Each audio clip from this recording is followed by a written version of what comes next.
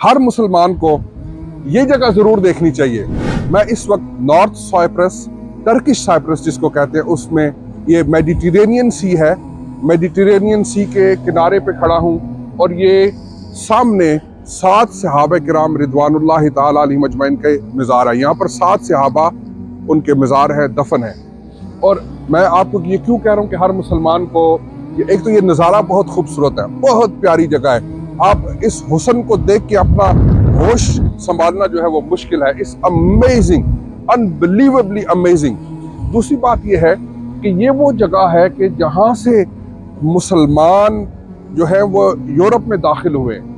जो पहला naval force है मुसलमानों के लिए, उसकी परमिशन हज़रत उस्मान ने दी थी। हज़रत उस्मान, खलीफा उस्मान गनी, उन्होंने नेवल फोर्स की इजाज़त दी।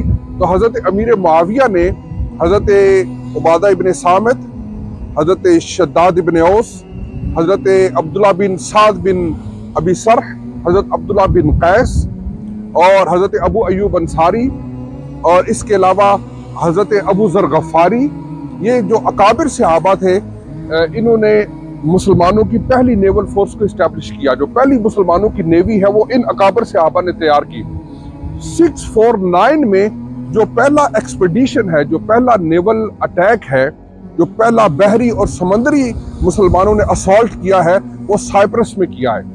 वो इस जगह पे किया है जिसमें हज़रत नबी पाक की खाला माँ, हुजूर की रिज़ाई खाला हज़रत सैयदा उम्मे हराम बिन्ते मिल्हान, वो भी शामिल थी।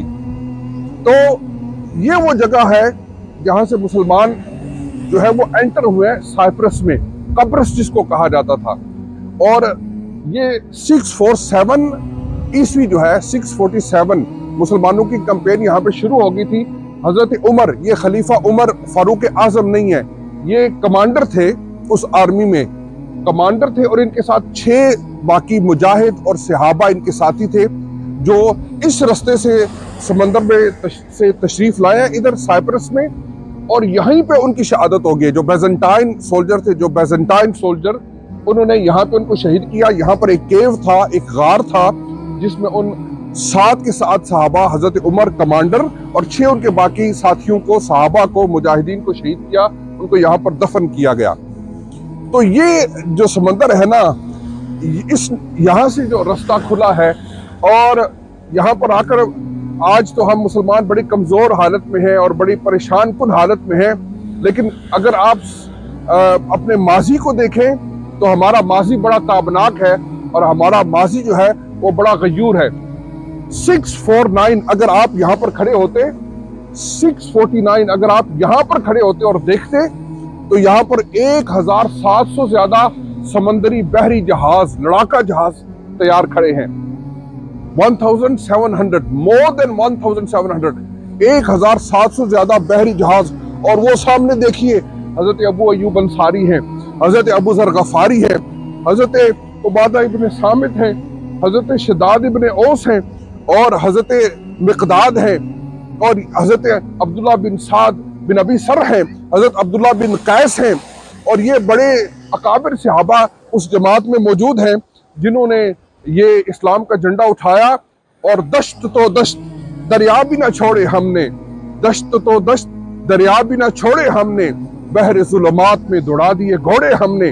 यहाँ से वो साइप्रस फतह हुआ। मुसलमान एक इतनी बड़ी फोर्स थे और मुसलमान जो है वो सुपर पावर थे। 1700 से ज्यादा जहाज यहाँ पर खड़े थे और यहाँ से जो है वो मुसलमानों ने फतह का, फुतूहात का जो है वो दरवाज़ा खोला है, जिसमें सहाबा ने अपनी जानों के नजराने भी पेश किए हैं।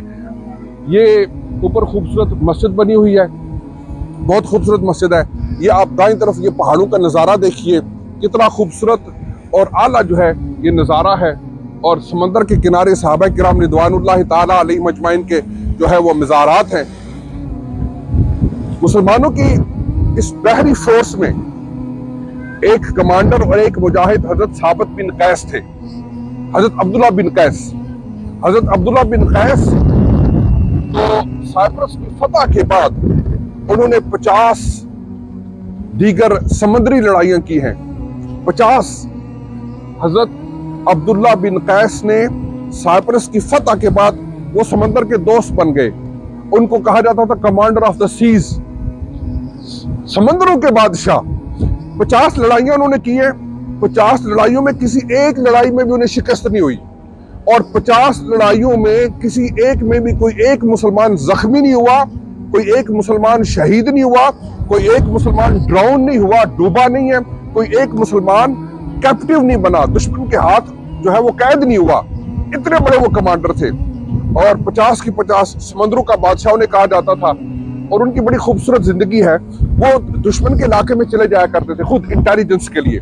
और ज़ाहिर है 50 फतूहात के बाद उनका बड़ा टंका बोलता था, उनका नाम बोलता था, वो एक लेजेंड बन गए, एक बहुत बड़ा नाम था। दुश्मन के दिल पे उनका फियर था, उनका खौफ था, तो वो दुश्मन के इलाके में चले जाया करते। और क्योंकि फतूहात के बाद उनके पास माल भी बहुत था, तो वो दुश्मन के इलाके में जाके चैरिटी किया करते थे, लोगों को दिया करते थे।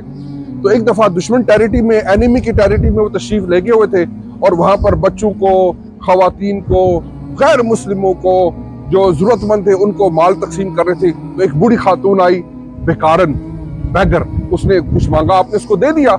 उसने जाके अथॉरिटीज को जाके रिपोर्ट की कि भाई अब्दुल्ला बिन कैस जो समंदरों का बादशाह, वो तुम्हारी जमीन पर आया हुआ है। दुश्मन के फौजी आ गए, उन्होंने कहा सरेंडर कर दो। फरमाया मोहम्मद मुस्तफा के गुलाम सरेंडर नहीं करते, सारनी जो कहते, वहीं पर आपकी शहादत हुई, तो आप शहीद हो गए। इन्ना लिल्लाहि व इन्ना इलैहि राजिऊन। तो उस बेकारन औरत से किसी ने पूछा, भाई तुम्हें किस तरह पता चला ये अब्दुल्ला बिन कैस समंदरों का बादशाह है, कमांडर ऑफ सी है? तो उन्होंने कहा कि वो इस तरह कि वो देखने में तो ताजर लगता था, लेकिन उसका दिल बादशाहों वाला था। जिस तरह वो माल तकसीम कर रहा था, वो किसी ताजर का काम नहीं है, वो बादशाह था, बादशाहों की तरह तकसीम कर रहा था। तो मुझे पता चल गया, मैंने सुन रखा था कि अब्दुल्ला बिन कैस इस तरह करता है। ये मुसलमानों की हिस्ट्री है, हमें अपने बच्चों को पढ़ाना चाहिए, हमें खुद समझना चाहिए कि इस्लाम किस तरह अपना उरूज हासिल किया, किस तरह एक्सपेंड हुआ, किस तरह जो है वो सुपर पावर बना, और खुसूसन इस खित्ते में जो साइप्रस में इस्लाम किस तरह आया। अस्सलामु अलैकुम व रहमतुल्लाहि व बरकातहू।